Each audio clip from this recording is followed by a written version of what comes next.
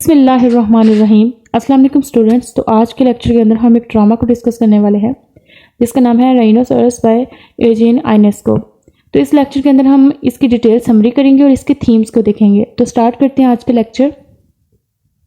Rhinoceros rhinoceros एक absurd play है जो 1959 के अंदर पब्लिश हुआ।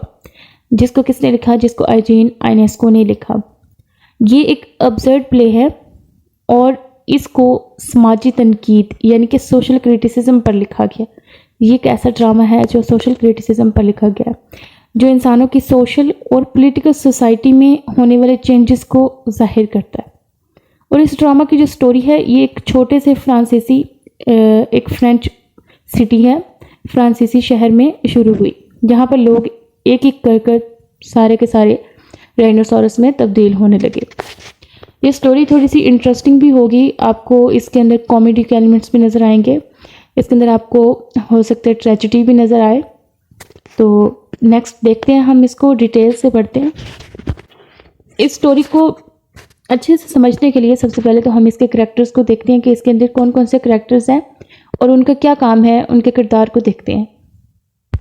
इसके अंदर बेरेंगर का करैक्टर है, जेन का है डेजी, ड्यूडर, मिस्टर बूफ और मिसेस बूफ, और इसके अलावा एक बोटर्ड है। और ये इसके करैक्टर्स हैं जो मेन मैंने आपको बताए हैं। तो अभी हम इनको डिटेल से स्टडी करेंगे और हम देखेंगे कि इनका क्या काम है और इनका आपस में क्या रिलेशन है। जैसे कि मैंने आपको बताया कि ये प्ले टॉन में शुरू होता है। बेरेंगर और जेन ये दोनों आपस में फ्रेंड हैं। जैसे मैंने आपको बताया पीछे, मैं आपको करैक्टर्स के बारे में बताया ना, तो अब मैं उनके रिलेशन भी आपको बताती हूँ। अब जो बेरेंगर है ये प्रोटैगनिस्ट है और जेन जो है ये बेरेंगर का फ्रेंड है, और डेजी जो है ये बेरेंगर की लवर है, और ड्यूडर जो है वो इसकी साथ काम करते हैं। ये भी एक तरह से बेरेंगर का फ्रेंड ही कह सकते हैं या क्लेग कह सकते हैं, उनके साथ ही काम करता है। मिस्टर बूफ जो है ये एक मिडिल क्लास फैमिली से बिलोंग करने वाला आदमी है जो यहाँ पे काम करता है, और मिसेस बूफ जो है वो इनकी वाइफ है। बेरेंगर और जेन दोनों फ्रेंड्स हैं और ये दोनों एक टोन में एक साथ बैठे होते हैं एक कैफ़े में और बातचीत कर रहे होते हैं। अब जो इनके दरमियान कन्वर्सेशन हो रही होती है वो थोड़ी सी अजीब होती है, मतलब मीनिंगलेस होती है। कोई भी उसके अंदर पर्पस सामने नहीं आता, कोई भी उनका मकसद सामने नहीं आता, मतलब अजीब तरह की वो बातें कर रहे होते हैं। लेकिन जो जेन जो है वो थोड़ा अच्छा इंसान है, और जो बेरेंगर है जो मैं बता रही थी आपको प्रोटैगनिस्ट है, तो उसका जो किरदार है ना वो कुछ इस तरह से है कि वो बहुत ही ज़्यादा अल्कोहल को यूज़ करता है, बहुत ही ज़्यादा वो शराब पीता है, मतलब कि उसकी ये आदत नहीं जाती।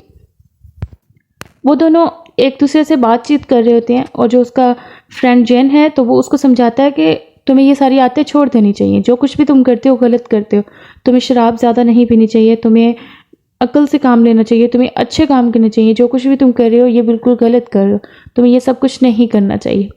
लेकिन वो उसकी बातों को माइंड करता है, उसकी बातों को नहीं सुनता, बल्कि उसको इग्नोर कर रहा होता है और उसको सिर्फ शराब की तरफ ही उसके ध्यान होता है और वो सिर्फ इसी चीज़ को लाइक करता है, उसको और कुछ नहीं पता।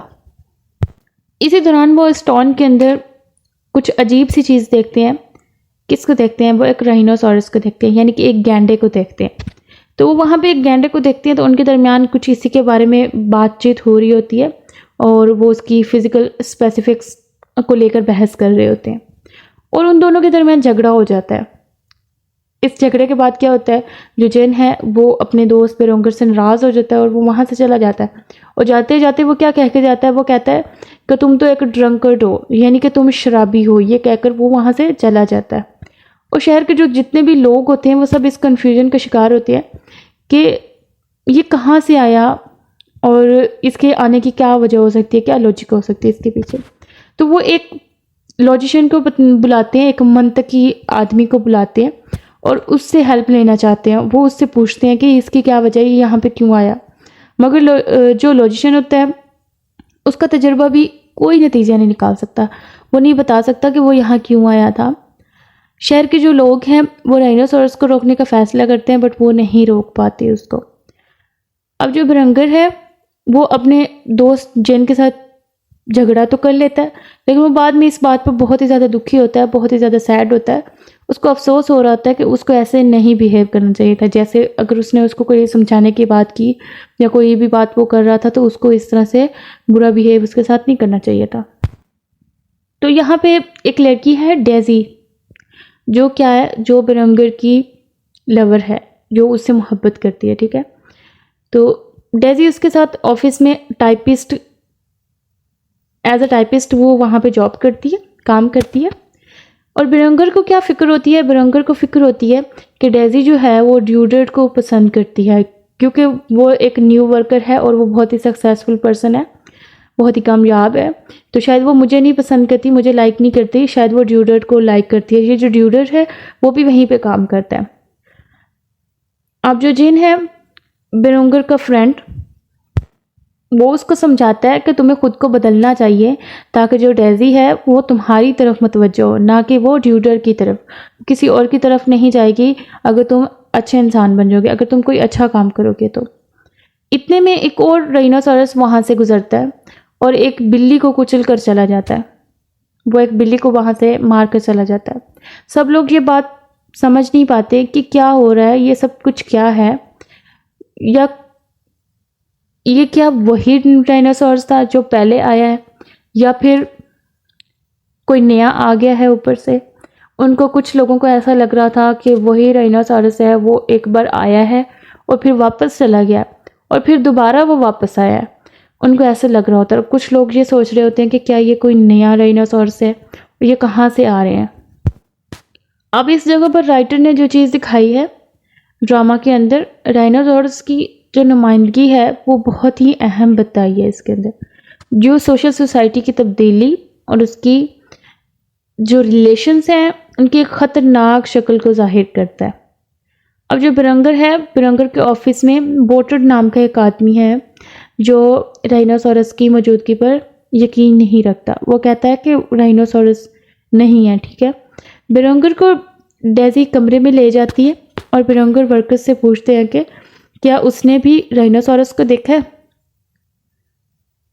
सॉरी, वर्कर्स जो है ना वो बिरंगर से पूछते हैं कि क्या आपने भी देखा है डायनासोरस को, और वो कहता है कि डायनासोरस की जो ज़ाहिरी शक्ल है ना वो बोटर्ड की मिसाल है।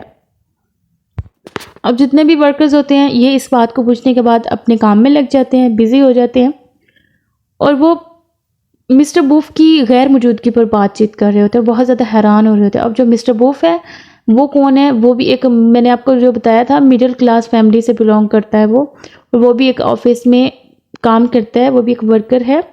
तो सब लोग उसके बारे में सोच रहे होते हैं कि वो क्यों गायब है, वो क्यों नहीं आया।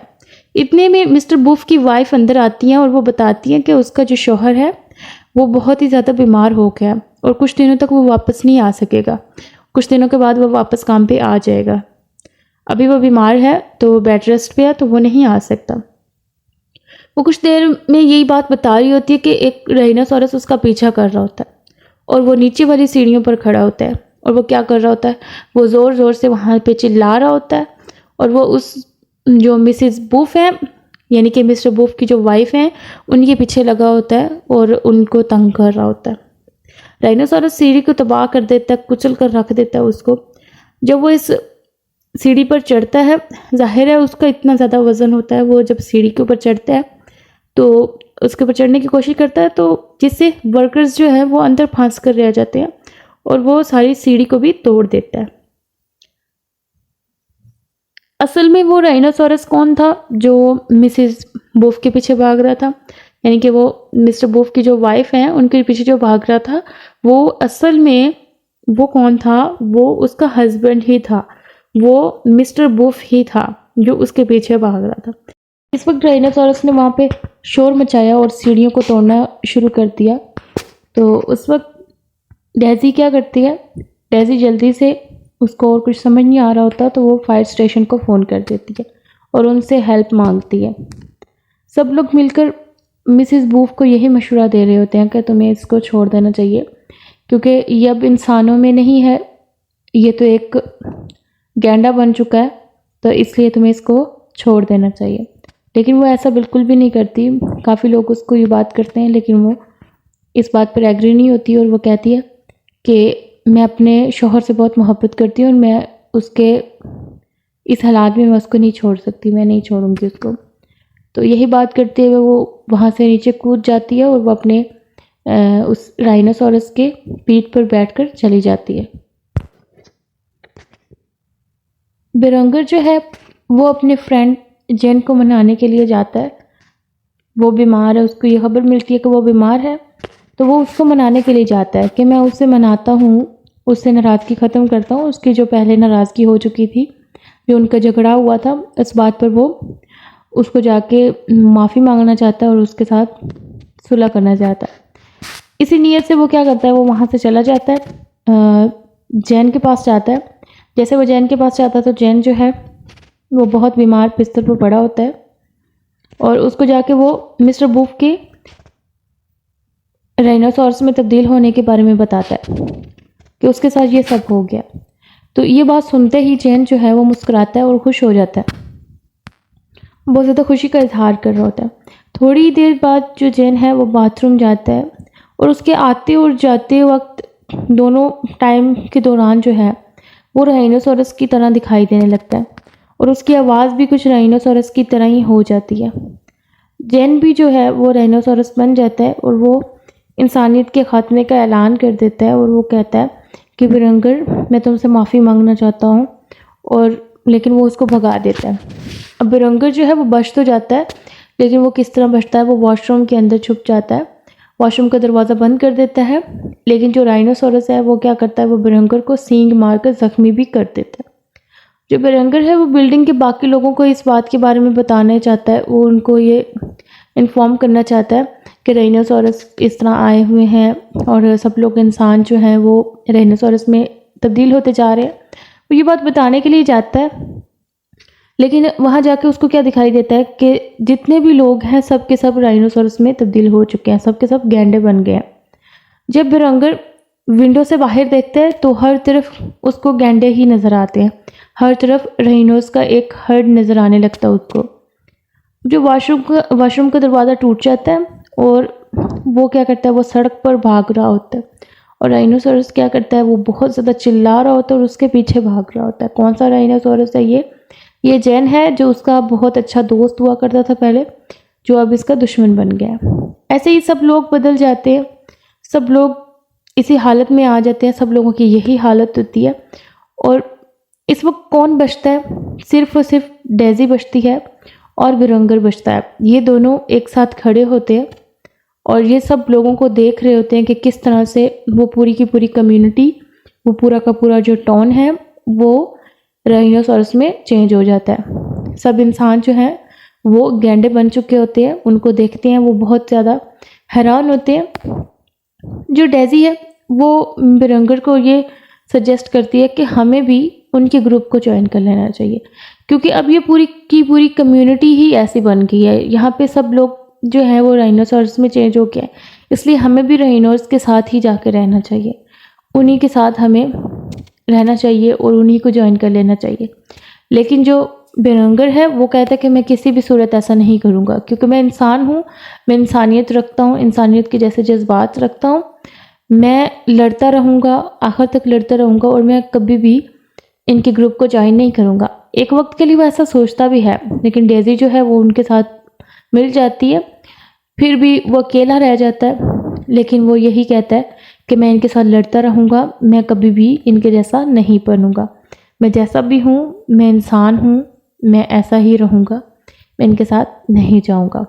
तो वो बिल्कुल भी बदलना नहीं चाहता, वो चाहता है कि वो इंसान रहे, वो इंसानों की कम्युनिटी में रहना चाहता है और उन रहीनोस को देखता है, लेकिन वो उनकी सूरत को इख्तियार करने की कोशिश नहीं करता।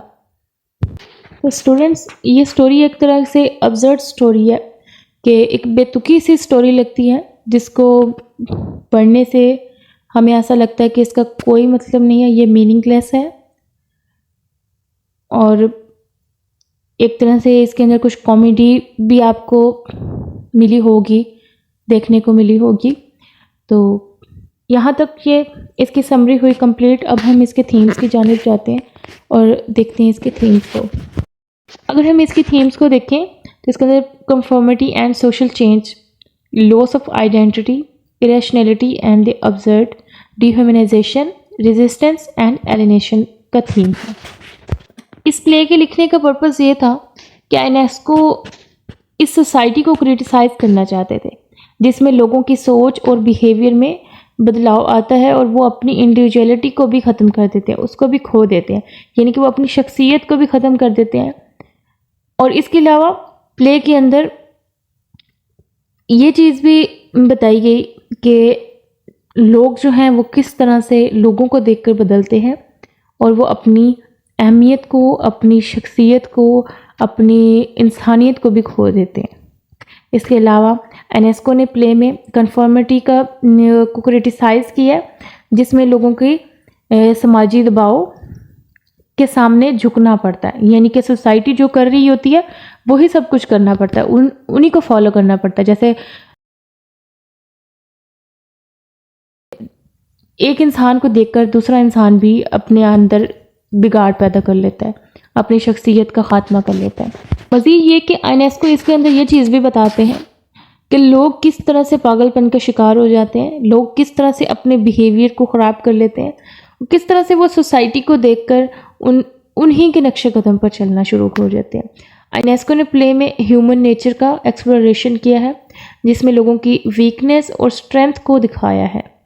इस ड्रामा को पढ़ने के बाद ये चीज़ समझ में आती है कि कभी भी सोसाइटी के पीछे नहीं भागना चाहिए। सोसाइटी अगर गलत रास्ते पर चलती है तो उसके पीछे गलत रास्ते पर नहीं चलना चाहिए। अपनी इंसानियत, अपनी शऊर को, अपनी शख्सियत को, इन सब चीज़ों को ख़त्म नहीं करना चाहिए और अपनी आइडेंटिटी को दिखाना चाहिए और स्ट्रॉन्ग रहना चाहिए। तो उम्मीद करती हूँ कि आज की वीडियो आपको पसंद आई होगी। अगर वीडियो पसंद आई हो तो वीडियो को लाइक कर दें, चैनल को सब्सक्राइब कर दें। अपना बहुत सारा ख्याल रखिएगा। तो मिलते हैं नेक्स्ट वीडियो में, तब तक के लिए अल्लाह हाफ़िज़।